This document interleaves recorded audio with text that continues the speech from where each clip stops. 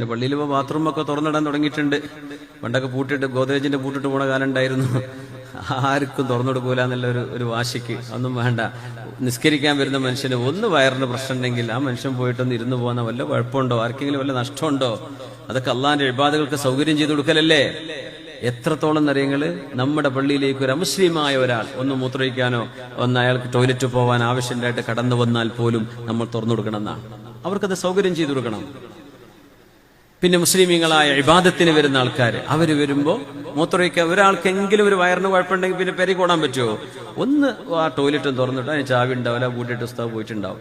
എന്നിട്ട് ആ സാധു ഇടങ്ങാറാവും, നിസ്കരിക്കാണ്ട് ഇറങ്ങിപ്പോവുക, അല്ലെങ്കിൽ വസ്ത്രത്തിൽ വിസർജ്യമായി പോവുക. ഒരിക്കലും അങ്ങനെ. കാലമൊക്കെ പുരോഗമിച്ചു. പിന്നെ മൂത്രമൊഴിക്കാൻ ചെറിയ രണ്ട് ചെറിയ അരമതിലുണ്ടാക്കി മനുഷ്യന്മാർ മൂത്രമൊഴിച്ചിരുന്ന കാലം. നമ്മൾ പണ്ടത്തെ പള്ളിയും നമ്മുടെ മദ്രസയിലൊക്കെ അങ്ങനെ തന്നെയായിരുന്നു മൂത്രപ്പര. അതിനൊന്നും കുറ്റം പറയല്ല. പക്ഷേ ഒരു മനുഷ്യൻ അതിലിരുന്നാൽ കാലിന്റെ തൊട കാണും. ഇനിയിപ്പോൾ അവരെ വേറെ വല്ല ഔറത്തും കാണുമെന്ന് എനിക്കറിയില്ല.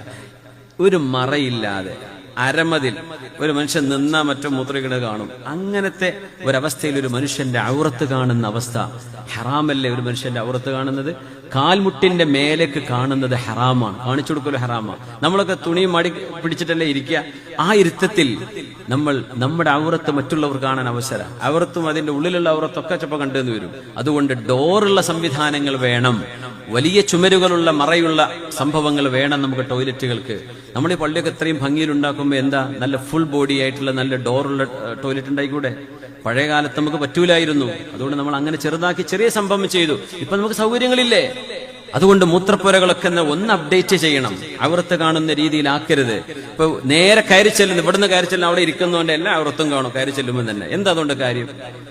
ഹറാമല്ലേ അത്? നമുക്ക് പറ്റാത്തൊരു കാലം ഉണ്ടായിരുന്നു. പള്ളികൾക്ക് പൈസയും ഫണ്ടൊക്കെ ഉണ്ടോ? ദയവ് ചെയ്ത് നമ്മുടെ ഇത്തരം മൂത്രപ്പുരകളൊക്കെ ഒന്ന് പൊളിച്ചിട്ടെങ്കിലും നല്ല വൃത്തിയുള്ള ഫുൾ ഡോറുള്ള മറയുള്ളതാക്കിയിട്ട് മാറ്റണം. ടോയ്ലറ്റ് സംവിധാനവും ചെയ്തേക്കുക. അത് മുക്കറിനെ കൊണ്ട് കഴിയിപ്പിക്കരുത്. അത് നിങ്ങൾ ആരെങ്കിലും ക്ലീനസിനെ വിരിക്കണം. പള്ളിയിൽ വാങ്ക് വിളിക്കുന്ന, പള്ളി ഹിദ്മത്ത് ചെയ്യുന്ന മുഖ്രിക്കല്ല ഈ ടോയ്ലറ്റ് മനുഷ്യന്മാരെ മൂത്രവെച്ചതും കഴുകേണ്ടത്. അത് ആ മനുഷ്യനെ നിന്ദിക്കലാണ്. ഒരിക്കലും ചെയ്യാൻ പാടില്ല. അത് ക്ലീനാക്കാൻ എത്രയോ പണിക്കാരെ കിട്ടും, അവരെ കൊണ്ട് ചെയ്യിപ്പിക്കുക. എന്നിട്ട് നമ്മുടെ പള്ളികളും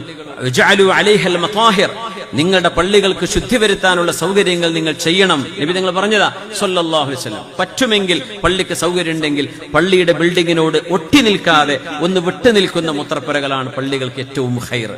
വൃത്തിക്കും ദുർഗന്ധം വരാതിരിക്കാനും അവിടെ ശുദ്ധി ഉണ്ടാവാനും ഏറ്റവും നല്ലത് അങ്ങനെ പള്ളിയോട് ഒട്ടിച്ചു വെക്കാണ്ടിരിക്കുക. മൂത്രപ്പുര ഒന്ന് വിട്ടു നിർത്തുക, സെപ്പറേറ്റ്. നടന്നു പോകാനല്ലോ, എന്തിനാ ടൈൽ വിരിച്ചാൽ പോരെ, അല്ലെങ്കിൽ ഒരു കട്ട വിരിച്ചാൽ നടന്നു പോകാലോ.